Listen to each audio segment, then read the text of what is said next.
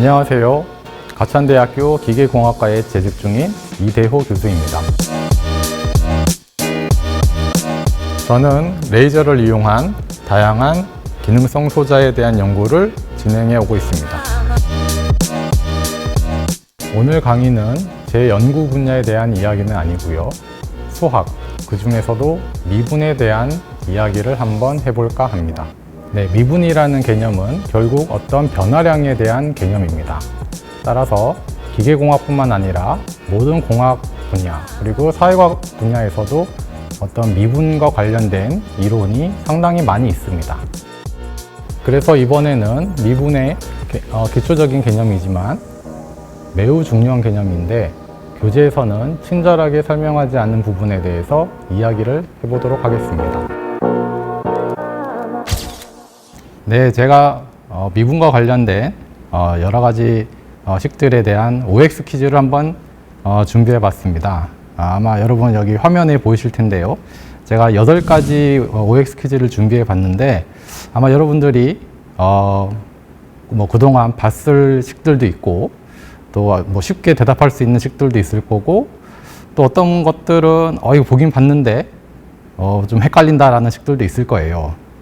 그래서 제가 요거의 OX 퀴즈의 답을 우선 말씀드릴게요. 화면에 보시면 이게 맞는 식도 있고 그렇지 않은 식들도 있습니다. 근데 제가 이제 각각의 식들에 대해서 여러분께 설명을 드리고 싶지만 이게 시간 관계상 맨 마지막 식에 대한 설명을 중점적으로 한번 설명을 드려보겠습니다. 아마 맨 마지막 식을 이해를 하시면 앞에 그 7개의 식은 이게 왜 맞는 식이고 왜 또 그렇지 않은 식인지 여러분들이 아마 알 수 있을 것입니다. 그래서 그 맨 마지막 식을 한번 볼까요? F는 fxy라고 우선 썼죠.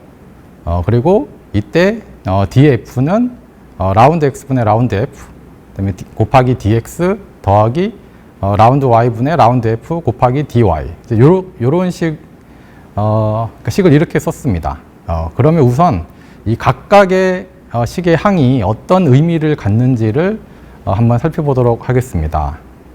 먼저 f는 fxy다 라는 식은 내가 말로 풀어서 설명을 하면 어떤 f라는 함수가 있는데 이 함수의 값이 x와 y에 의해 변한다.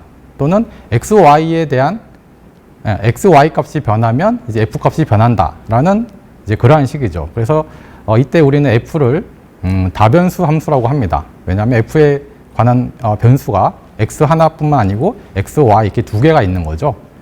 df, 그 다음에 dx, dy는 여러분 잘 알다시피 f의 미소 변화량, x의 미소 변화량, 그 다음에 y의 미소 변화량, 즉 f와 x, y 값이 어떤 변하는 그 양입니다. 그리고 라운드 x분의 라운드 f, 그 다음에 라운드 y분의 라운드 f라는 이제 편미분항이 있죠.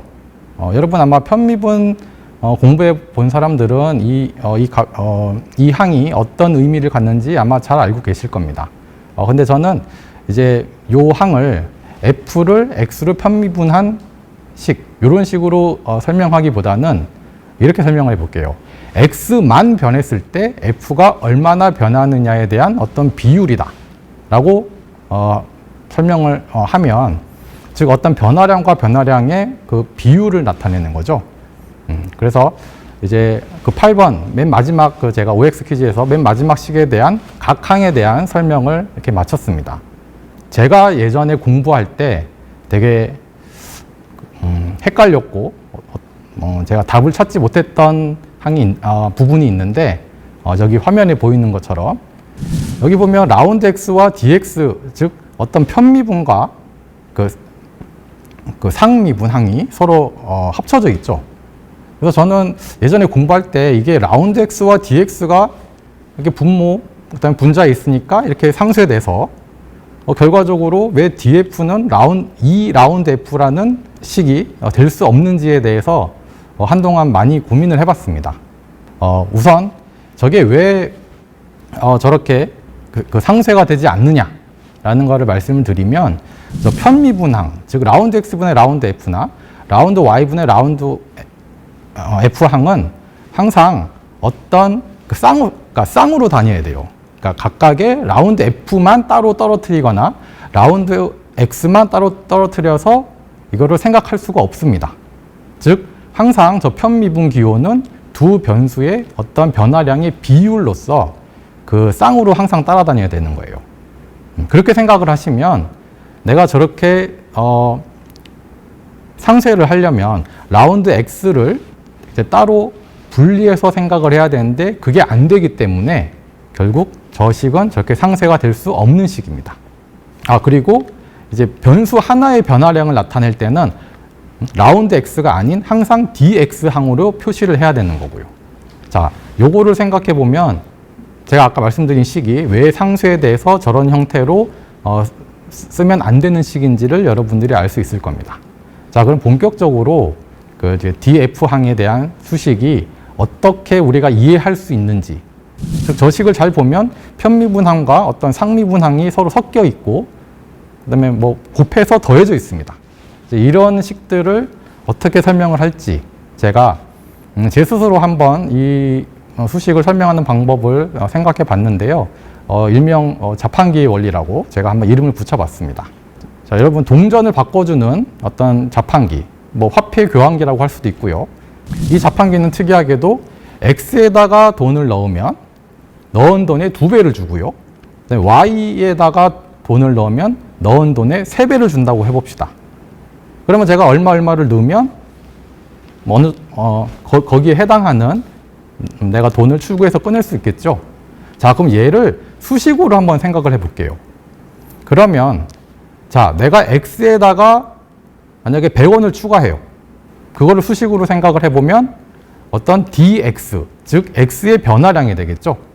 그 다음에 Y에다가 내가 돈을 추가하는 금액을 DY라고 표시할 수 있을 것입니다. 왜냐하면 DY가 Y의 변화량이니까요. 그러면 내가 그 출구에서 얻을 수 있는 돈, 그거를 DF라고 나타낼 수 있을 것입니다. 왜냐하면 그 내가 출구에 모인 돈을 F라고 했으니까 거기에 어떤 변화량을 당연히 DF라고 이야기를 할 수 있겠죠. 그럼 이때 편미분항, 라운드 X분의 라운드 F는 무엇일까요? 제가 아까 라운드 X분의 라운드 F를 X만 변했을 때 F가 얼마나 변하느냐에 대한 비율이라고 그랬죠. 이 자판기는 내가 X에다가 얼마를 넣으면 거기에 대한 2배를 주니까 라운드 X분의 라운드 F는 2라고 할 수 있겠죠. 그 다음에 라운드 Y분의 라운드 F는 마찬가지로 아까 Y에 넣은 돈의 3배를 준다고 했으니까 라운드 Y분의 라운드 F는 3이 될 겁니다. 자, 그러면 내가 실제로 돈을 한번 넣어 볼게요. X 투입구에다가 100원을 넣고요. Y 투입구에다가 500원을 넣었어요. 그러면 내가 얼마를 화폐 투입구에서 받을 수 있느냐? 간단하죠. 100원 넣었을 때 2배를 주는 거고 500원에 해당하는 것은 3배를 주는 거니까 합치면 당연히 제가 1,700원을 얻게 됩니다. 그 미분식을 다시 볼게요. DF는 라운드 X분의 라운드 F 곱하기 DX 더하기 라운드 Y분의 라운드 F 곱하기 DY 식에다가 각각의 금액을 한번 대입해 볼게요.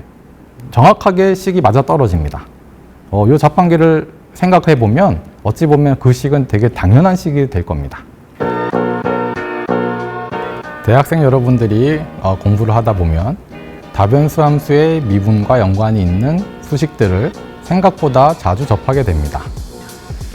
비록 짧은 강의였지만 이 강의가 여러분들이 앞으로 공부하게 되는데 조금이나마 도움이 되기를 바라겠습니다. 네, 시청해 주셔서 감사합니다.